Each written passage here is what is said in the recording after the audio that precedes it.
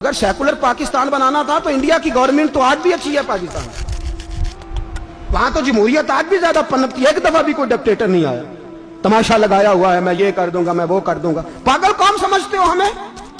بیوقوفوں کا ملک ہے جو تمہارے جی میں آتا کہتے جاتے ہو، جو جس کے من میں آتا ہے وہ کہتے جاتے ہو۔ سنو اسلام کس طرح کی خلافت چاہتا ہے، امیر المومنین خلیفۃ المسلمین حضرت عمر فاروق۔ سنو حکومت کس کو کہتے، حضرت عمر گزر رہے، فجر کی نماز کے بعد 2 گلیاں رہ گئی ہیں، آج پورا نہیں ہو سکا آپ کا دورہ، جو رات کو نقاب پہن کے 2 گلیاں رہ گئیں تو نقاب اوڑھ کے ہی فجر کے بعد نکل گئے۔ ایک چھپر ہے چھوٹا سا، ایک کٹیا ہے جھونپڑی، بوڑھی اماں بیٹھی ہے، عمر فاروق گزرنے لگے، بوڑھی کو پریشان دیکھا، اماں جی اجازت ہو تو اندر آ جاؤں؟ بوڑھی کہنے لگی چل دوڑ جا اپنا کام کر، کیوں اجازت دوں؟ تیری مہربانی اماں آنے دو۔ کیا دوڑ جا؟ تیری مہربانی اماں گزارش ہے، چلو آ جاؤ۔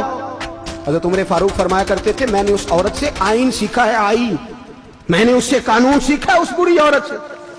اندر آ گئے عمر فاروق، اماں کیا پریشانی ہے، کیا بات؟ اماں کہنے لگی خامد انتقال کر گیا، اولاد اللہ نے دی کوئی نہیں، میں غریب ہوں، 3 دن سے روٹی نہیں کھائی، 25 دینار کا قرضہ چڑھ گیا ہے، مجھے عمر فاروق سے بڑی شکایت ہے، اس نے میرا حال ہی نہیں پوچھا۔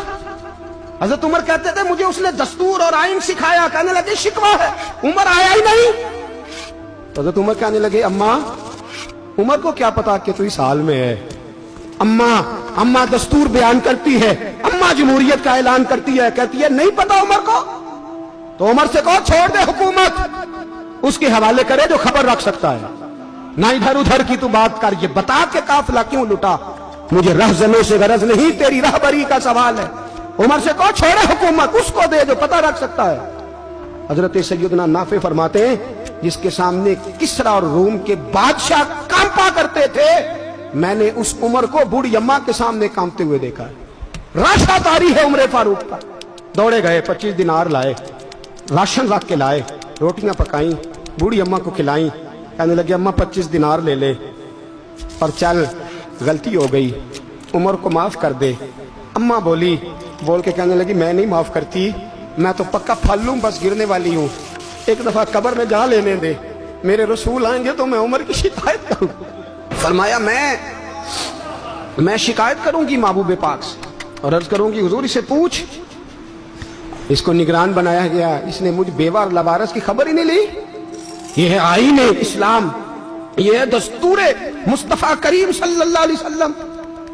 یہاں کتنے غریب بھوکے سوتے ہیں، کتنوں کے بچے روز اغوا ہوتے ہیں، کتنی مصیبتیں، گورنمنٹ کہتی ہے کچھ بھی نہیں کچھ بھی نہیں کچھ بھی نہیں، افواہ ہے افواہ ہے، افواہ ہے تو اس کا علاج کیوں نہیں ہوتا؟ آپ میدان میں سرے عام آ کے اس کا اعلان کیوں نہیں کرتے؟ جاگیے اور سنیے میری بات۔ حضرت سیدنا فاروق اعظم نے 25 دینار دیے، پھر اس اماں کو کھانا دیا، کوئی برادری نہیں اس اماں کی، کوئی ووٹ بینک نہیں، کوئی یہ اماں کسی بڑی برادری کی نہیں جس کا 2 لاکھ ووٹ ہو۔